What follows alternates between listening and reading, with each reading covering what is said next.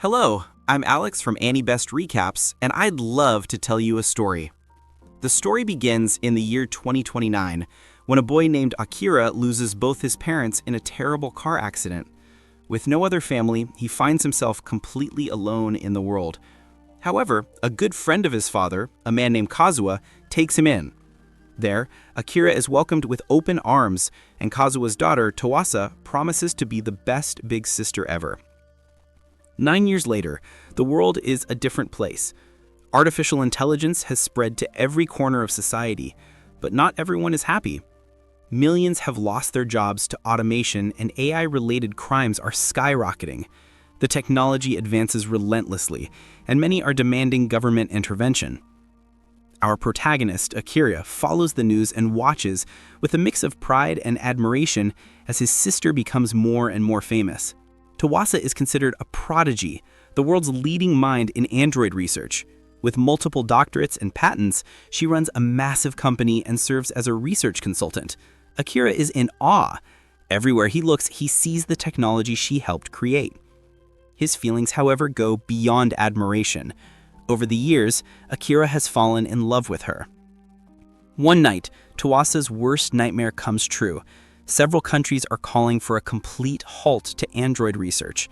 The arguments over the pros and cons are endless, but public opinion has turned, and there's a high chance that her life's work will be shut down.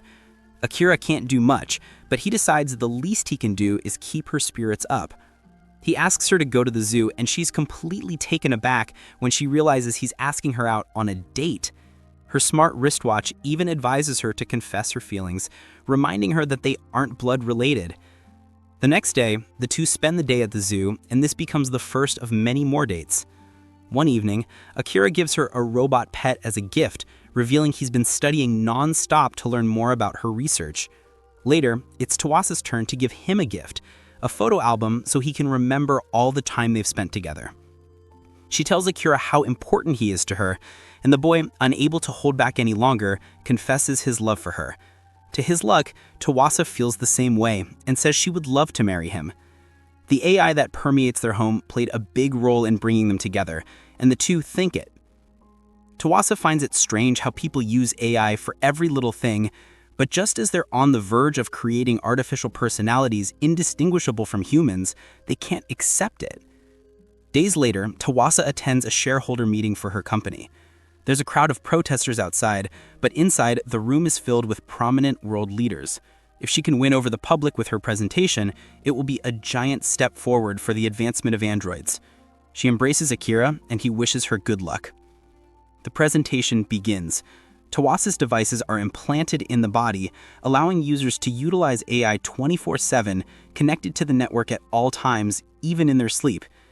Suddenly, a fanatic storms the stage, calling Tawasa a traitor to humanity.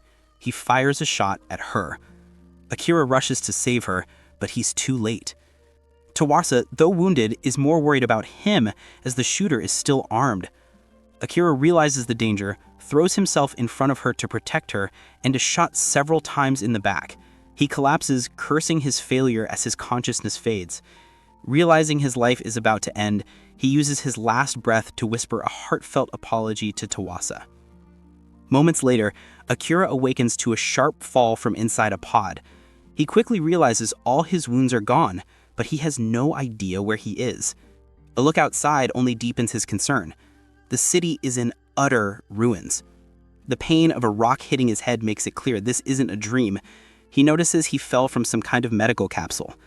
Just then, a man arrives and refers to Akira as the Sage. He explains that an earthquake caused the ruins to collapse and that he came to check on the Sage. Akira understands nothing, but it doesn't matter as he passes out again. When he wakes up, the man introduces himself as Waya and his daughter is Edie. Waya explains that the Sage is a god revered by his village, a divine being who bestows knowledge upon his people and who had been sleeping in those ruins since long before Waya was born. A memory flashes in Akira's mind, and he wonders, is Tawasa okay? The other villagers explain that they don't know how long Akira was asleep. As peasants, they don't have history access rights. They discuss how Akira is technically a relic and how risky it is not to report him to Owell. OWELL, they explain, is the unified institution that governs the world. Countries like Japan no longer exist. They are grateful to OWELL, as it was thanks to them that world peace was achieved and war was eliminated. One of the men, however, wants to report him. He argues that Wea is endangering everyone because if OWELL finds out, they will make an example of them. Wea's wife, tired of the bickering, declares they will not be reporting Akira. He just woke up in a new world and needs care. That night, Akira sheds a tear thinking of Tawasa while an ominous figure watches him from a distance. A while later, the villagers ask for Akira's help and are impressed when he manages to fix their broken tractor. The celebration, however, is cut short by the arrival of Commissioner Canis. The man who wanted to report him had done so. Canis informs Akira that he is being detained, as he is considered an archaeological artifact and, as such, has no civil liberties. Akira protests, but Canis angrily declares that OWELL's control over information supersedes everything.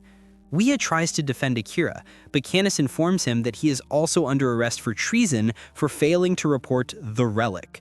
Wea tries to defend himself, but Canis is ruthless and shoots him in the leg. The situation worsens as Canis reveals he will also be taking Uera as a witness. Her mother refuses, but she is powerless. The injured Wea tries to reason with the psychopath, but Canis has had enough and uses a taser on Wea's gunshot wound. Everyone cries out as Wea screams in agony, and Canis laughs like a lunatic. Canis takes the three away, and Akira blames himself for everything. On the train, the cold-blooded commissioner orders his men to leave the relic on the train and remove the other two to be disposed of. Akira is horrified, but it gets worse. Canis orders 3 of his men to return to the village and eliminate everyone who knows of the relic's existence. He plans to use Akira and his ancient knowledge to rise through the ranks of OWELL. Desperate, Akira thinks of a solution as Canis prepares to shoot the girl. Suddenly, a voice echoes in his mind. "Get down!" A blade of energy slices the train in half. A girl crashes through the wreckage to free Akira and springs into action. Her first target is Canis. She destroys him with a single blow, sending him flying into a barn. It all happens so fast that the soldiers can only stare in disbelief. The girl then turns to Akira and says she can rescue all of them easily. Canis, injured, orders his men to take her out, but she doesn't react even when surrounded. She refuses to do anything until Akira promises to hear what she has to say after the fight. With no other choice, he agrees. The soldiers fire a barrage of bullets, but she is prepared. A barrier of energy protects them and fires the bullets right back at the soldiers. She draws her sword again and begins to slice the soldiers to pieces in a lethal dance. One guard is about to shoot her from behind, but Akira, proving useful, hits him in the head with a steel rod. Just then, Canis reemerges with a machine gun, certain that not even she can defend against this. The girl is completely unfazed. She reveals a much better weapon. Planting herself on the ground, her arm transforms into a gigantic cannon. A single shot unleashes a devastating beam of energy that eviscerates the commissioner, the train, and the entire mountain behind them. It's obvious to Akira now, she is not human. She reveals she is an android and introduces herself as Yugure, reminding him of their deal. Akira freezes as Yugure reveals her face, a perfect mirror of Tawasa's. With a smile, she says, "Now let's get married." As the scene unfolds, Akira asks if she is Tawasa, but she says no, her name is Yugure, and she has no idea who Tawasa is, which makes Akira wonder if there's something wrong with his brain. The android then shows a recording of when he agreed to hear her out, and explains that the favor she wants is for them to get married. Akira, of course, doesn't understand a thing. Yugure assumes she's being rejected and starts to intimidate our protagonist, even using the famous Kabadan, which, by the way, crumbles from the android's strength. Akira, thinking he's about to be put to sleep again, starts to stammer that he just needs some time to think. This calms her down, and she then shows him an engagement ring, the very ring he gave to Tawasa. Akira obviously recognizes it, which makes him realize that Yugure must know who Tawasa is. The android admits she might know her, but refuses to give a direct answer, saying the information is confidential. Besides, they don't have time to talk as they need to help the injured Wea. That night, the man who reported Akira apologizes, ready to accept any punishment. But Akira, knowing he was only trying to protect the village, accepts the apology. Even so, OL is now after him, and Akira decides he must leave. He says goodbye to everyone, but is surprised when Yugure joins him. She mentions she's still waiting for his answer, but Akira points out the insanity of marrying someone he just met. Yugure, however, doesn't give up, interpreting this as a sign that they just need to get to know each other better. So that's why she's coming with him. And Akira's first stop is the shrine where he woke up, hoping to find a clue. He asks Yugure to teach him about the current world. However, she mentions that this is also confidential. He then asks about her, why she wants to marry him, but that, according to her, is premium content. He even offers to pay, but Yugure only accepts payment in the form of marriage. Or as a last resort, she'll give him the information if you, watching this recap, help Alex out with a like and some hype, and also by subscribing. That way he'll know you want the continuation of the anime, and with that, she might be able to give some answers. The scene evolves and they finally arrive at the shrine, but it's too dark. Suddenly, Yugure senses something and pulls Akira aside, using an ability to hide their presence. She explains there are people nearby they must avoid at all costs.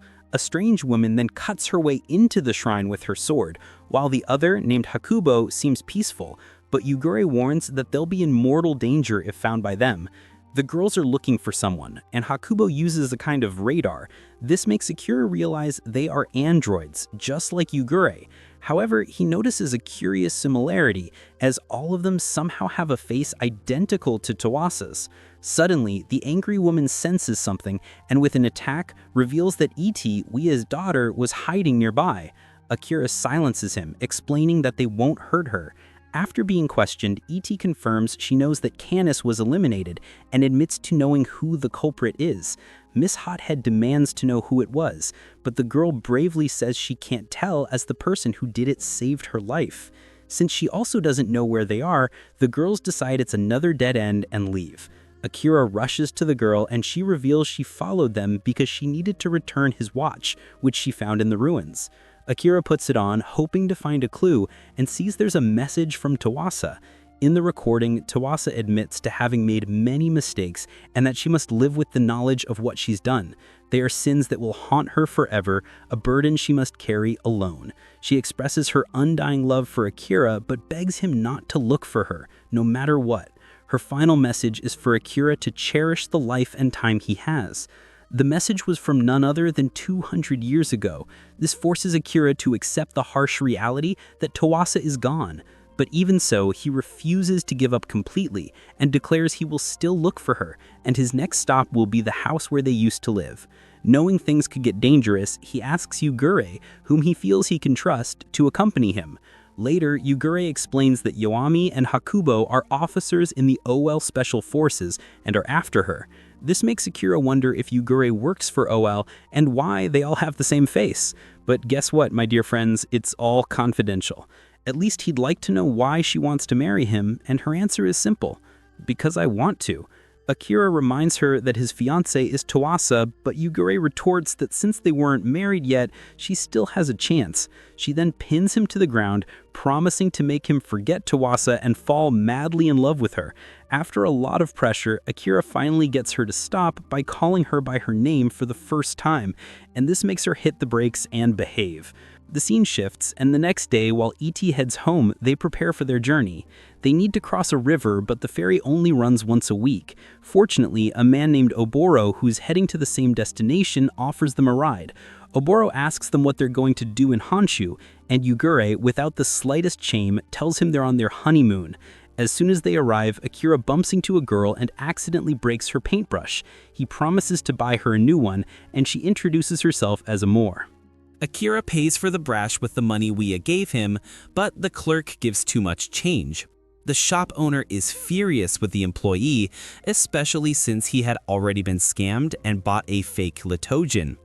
Hearing this, Yugure says they can keep the change and quickly gets them out of there. As the scene evolves, Akira wants to know what a Litojin is, and Yugure explains that they are people who have voluntarily renounced their human rights in exchange for being absolved of a crime or debt. In return, they are obliged to perform labor for OL. Akira, hearing this, feels very uncomfortable, as this is very similar to slavery, even if the Litojan's basic needs, like food, clothing, and shelter, are guaranteed. He doesn't like the idea at all, and Yugure is surprised by his compassion. Akira remembers to give Amoru her new paintbrush. The girl, curious, asks where they're going, and Akira explains they need to cross a nearby mountain on their way to Tokyo.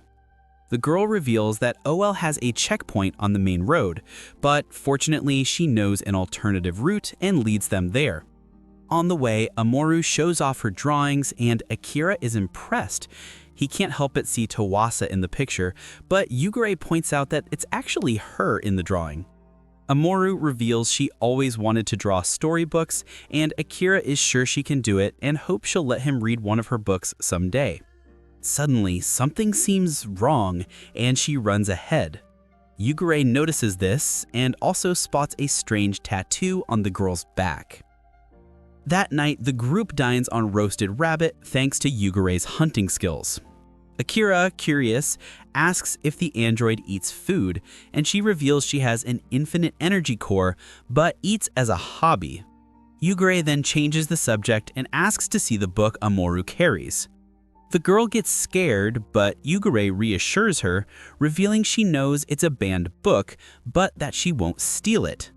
The book is called Bird of the Heart, and it was written by Amoru's parents, who were storybook authors, which explains why she was so careful with the book. Akira mentions he admires the drawings and says he's sure she's talented enough to achieve her dreams. The next morning, they arrive at Mount Osere. OL soldiers guard the entrance, but Yugure, experienced in sneaking around, hides her face and gets in. They then enjoy the local food, but Akira can't ignore how the Litojans are being exploited in that area. Yugure advises him not to stick his nose where it doesn't belong.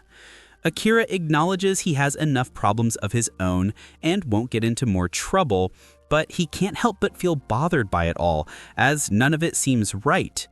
Yugure clarifies to him that a society's values and what is right change over time. However, before they can continue the conversation, they are approached by OL soldiers who mention they know the person behind the hood is Yugure, saying that if she doesn't cooperate, the relic will die. At that moment, a minimally eccentric human being appears, mentioning that this was an incredible service rendered to him, the magnificent Marlum. Akira, remembering Canis's eccentricity, just thinks he's feeling a sense of déjà vu. Marlum slowly approaches, explaining that he received a message from his second cousin Kani via carrier pigeon about the ancient relic and recognized Yugure's face. After all, she looks just like both Yoyami and Hakubo. However, at that moment, even the devil would tremble in fear, as we discover that Amoru was none other than a spy who ran to Marlum, whom she called 1221. Akira doesn't understand what's happening, but Marlum reveals that they were tricked by a Litojan. Amoru admits to lying, explaining that OL promised to return her parents' books if she brought them here, but obviously she couldn't have been more wrong, as Marlum is a terrible person. He mocks her for believing him, calling her a fool for thinking they wouldn't burn every last one of her books to ashes. He throws her to the ground, orders his men to take her and to give her the same treatment her parents had. He delights in the thought of the promotion he'll receive. Akira asks if Yugure can do something, but she says she can only guarantee his safety, not Amoru's, and that's not enough for Akira. Suddenly, Amoru charges at Marlum, yelling for them to run, and this distraction gives Yugure enough time to grab Akira and get out of there. Marlum takes his anger on Amoru and finds the book she was hiding. Safely away, Akira wants to go back to help Amoru, but Yugure reminds him that she lied to them. He doesn't care, as he feels guilty for encouraging her dream without understanding her situation. Back with Amoru, she begs for her book, but Marlum says he must follow the rules. He must burn the book. She screams in agony as she's forced to watch her parents' work go into flames. With Akira, Yugure gives in and agrees to rescue Amoru, but only if he agrees to marry her. Akira can't believe that's all she ever thinks about and insults her, saying she really is just an android. Yugure is visibly hurt and lets him go, and Akira runs to help Amoru. The scene changes and we see Amoru in a cell feeling overwhelming sadness as she thinks about her parents. But suddenly, she hears noises and someone enters the cell, and that someone could be none other than our boy Akira. She asks what he's doing there, and he simply replies that he came to save her. While they're talking, the scene cuts outside and we see Yugure watching everything from afar like a true stalker. Back to the duo, Amoru still doesn't get why he's there, mentioning that she betrayed him. But Akira, being the good guy protagonist that he is, says he couldn't just abandon her. But of course, it wasn't going to be easy. Suddenly, the alarm goes off and they're spotted. Now it's run or die. Akira uses a stun baton to take out a guard and they finally make it out of the building. However, the nightmare was clearly just beginning, because outside, Marlum, that damn psychopath, was waiting for them. He mocks Akira, saying they fell right into his trap. Surrounded by guards, there's nothing Akira can do. Marlum is even disappointed he didn't get to capture the android, but he settles for capturing Akira, the relic. However, Akira manages to break free and runs straight at Marlum. He grabs him and demands that Amoru be set free, but this only makes things worse. The move infuriates Marlum, who hates being catched by commoners or beggars, and he gives the order to teach Akira a lesson. Amoru watches in a horror as the guards start beating Akira relentlessly. She begs them to stop, even offering herself as a replacement, but Akira yells at her not to. He declares that they can't give up and promises they'll get out of there together. He reminds her of her dream to find her parents' books and become an artist. Amoru's hope is restored, but Marlum couldn't care less about this motivational speech. He's tired of their sad little story and orders Amoru to be eliminated. Terror freezes Akira as a gun is pointed at her head. He can only scream for them to stop, but they don't listen. Except at that exact moment, we see Yugure, looking very annoyed, deciding she's done watching. In the blink of an eye, she takes out 3 guards and frees Amoru. Akira can't even believe she actually came. Marlum is just happy, thinking he's going to capture the android now, but Yugure has other plans. She starts wrecking even more guards, and Amoru, in the middle of the chaos, can only think about how beautiful she is. Yugure's blade slices through the soldiers' weapons like paper, and they run away terrified. Marlum calls them cowards and tries to handle it with his own gun, but he doesn't stand a chance. Yugure then hits him with an incredible kick that I even felt, sending him flying into another building where he lands, no joke, head first in a toilet. Amoru is in shock at the android's power, while Akira, confused, asks Yugure why she helped since she said before that her principles kept her from saving Amoru. Yugure, all serious, says she's still following her principles and rescuing Amoru was aligned with her objectives. She insists she acted on logic because she's an android, but Akira knows there's more to it. He decides to drop it for now and just thanks Yugure. The next morning, the trio starts their journey back to Omamori City. Yugure reveals she also grabbed Amoru's bag from the prison, and the girl thanks her. While Amoru changes, Yugure uses some incredible technology to heal all her bruises in seconds. Akira's jaw drops, asking what kind of crazy tech that is. But guess what? Yes, my dear friends, it's confidential. Akira gets frustrated, but Yugure gives him a hint. She says she might explain this healing tech and her principles if she senses that the audience really wants the continuation. And how will she know that? Only if you watching this recap help Alex out with your like and your hype. So you know what to do, right? Help him out. Amoru then asks if she can remove the tattoo that marks her as a Litogen. Yugure agrees, but warns her it will hurt. The pain passes quickly, and Amoru gets emotional when she sees Yugure replace the mark of slavery with a much more beautiful tattoo, the bird her parents used to draw. Amoru cries with happiness. It reminds her of her family, and she declares she'll go with them on their journey. Akira is a bit shocked, but decides it can't hurt to have one more person in the group, and Yugure is on board too. The scene changes, and we see the group's first stop is Omamori. When they arrive, Akira is relieved to see the place has hotels, so he can finally rest and even take a bath. They notice some super heavy security, and Amuro explains it's because of a famous festival called Fika. It's a festival where people look for their future romantic partners. Yugure couldn't care less about the festival. According to her, she doesn't need it because she will marry Akira. Akira, already out of patience, tries to understand what's going on in her head, mentioning that he thinks she only wants this because he's the only person she knows. Meanwhile, Amuro, totally spacing out, suggests they should all make an LC, in other words, get married together. Akira then hits the brakes on the girls. He explains they're guiding themselves by things that aren't love. Amuro is only thinking about drawing, and Yugure, for her part, only knows Akira, so she has no basis for comparison. Anyway, he reminds them that his one true love is Tawasa, and that his journey is all about finding her. Amuro just replies that in that case, they'll just make a 4-person LC, showing she didn't understand a single thing. Yugure then responds that she'll prove it to him. She says she will compare him to other men, and if no one else can gain her affection, it will prove her love is real. Amuro also says she doesn't want him to doubt the love she feels for him. The guy, seeing the situation spinning out of control, simply realizes there's nothing he can do.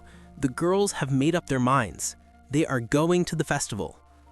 The scene changes, and as night falls elsewhere, we see a man named Calicrom closing an illegal arms deal with a lieutenant colonel named Yamabuki. Calicrom, who wants to be the boss of the famous Lontano family, is buying a gigantic arsenal. The lieutenant wonders if he's planning to start a war. Their chat is interrupted by the guards of Fides, Calicrom's sister. Fides is the eldest daughter of the Lontano family and rushed over as soon as she heard there was a rat, a traitor, in her brother's group. She doesn't want Calicrom's stupidity to stay in the family name, so she came to eliminate the rat. Fides declares that she will be the next boss. The traitor then tries to attack Fides, but Calicrom kills him first, revealing there was more than one rat there. It's then explained to us that the current boss of the family had 10 children and made them compete for the position. This obviously led to a bloodbath that left only Calicrom and Fides alive. However, another problem is starting to show up. Since neither of them has a family, something that worries the boss. After all, it's important to continue the bloodline. Because of this, he warns them they need to find partners, and fast, explaining it's part of the job. Fides immediately assures her father she will find a partner at the festival. The scene changes, and the next morning, the girls remind Akira about the festival. He couldn't care less and tells them to go. Amuro catches up to Yugure, but notices that she, who is usually subtle, is super serious. Meanwhile, Akira overhears some guys talking about the Lontano family, the owners of the city, like the Mafia, and the siblings will be at the festival. At the festival, Amuro is telling her life story to strangers, and slowly realizes that no one is as cool as Akira. Meanwhile, Yugure dismisses every guy who approaches her, saying that chance of interaction is almost nil. And suddenly, who shows up? Akira himself. He was worried about the whole Mafia thing, but he sees the vibe is calm. He then spots a bunch of girls swarming Calicrom, one of the Mafia bosses.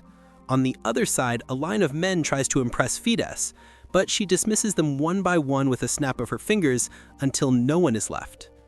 Calicrom arrives to mock his sister for being alone, and she retorts that she just has high standards, unlike him. She gets tired of the conversation and leaves. Later, Akira sees that Yugure got wasted after dismissing everyone and drinking non-stop. Just then, Amuro shows up and is happy to see him, asking if he was worried about them. He doesn't even get to answer because he realizes Yugure has disappeared. Akira runs off to find her, but he accidentally bumps into Fides, spilling wine on her dress. He panics and starts thinking out loud, wondering if the cleaning solution he used to use still exists. Fides hears him and asks what he meant by used to use. He realizes he just stuck his foot in a problem as she starts confronting him about it. Amuro, seeing him being cornered, asks her to leave him alone, mentioning that he only knows so much because he came from the old days. And it's at that moment Akira realized he didn't just stick his foot in a problem, he submerged up to his neck. Fides is shocked. She'd heard rumors that a man from ancient times was wandering around, and she demands he explain. Akira, with no other choice, just tells her what happened. Fides, sensing an opportunity, declares that she would like to make an Elsie with Akira. He just freaks out, since this is the second proposal he's received since he woke up from his long sleep. Fides offers a deal. She knows Owell is after him, so she will protect him if he marries her. Akira asks about love, but Fides says love serves no purpose. At that exact moment, Fides is interrupted by screams. She sees it's Kalakram down there, and people are yelling that he found a new girl. Somehow she looks annoyed by this, and Akira realizes in that instant what's really going on. Fides actually wants to make an Elsie with Kalakram. She even tries to deny it, but realizing her secret is somewhat exposed, she just says that inbreeding is strictly forbidden, meaning the boss doesn't allow an Elsie between siblings. Akira almost freaks out, realizing he's her brother, and, well, I think he needs to ponder these things carefully, especially considering he is still in love with someone who was raised as his sister. Anyway, let's move on. The commotion down below is because Kalakram has supposedly found a potential partner, and, well, as if there weren't enough problems, we find out that this partner is Yugure, who is completely wasted, no joke, hugging a bottle of wine. Kalakram then kneels before her and asks her to make an Elsie with him, and she just hiccups and stays silent, while Akira, in disbelief at the situation, wonders in what the world how they ended up here. And with this almost infinite mess, today's episode comes to an end. So what's going to happen now? Will the drunk Yugure accept? And will Fides force Akira to marry her? If you want to find out, you already know what to do. Smash that like button and the hype button to show your support. Leave a comment down below telling me what you thought. And of course, subscribe and hit that bell so you don't miss the continuation.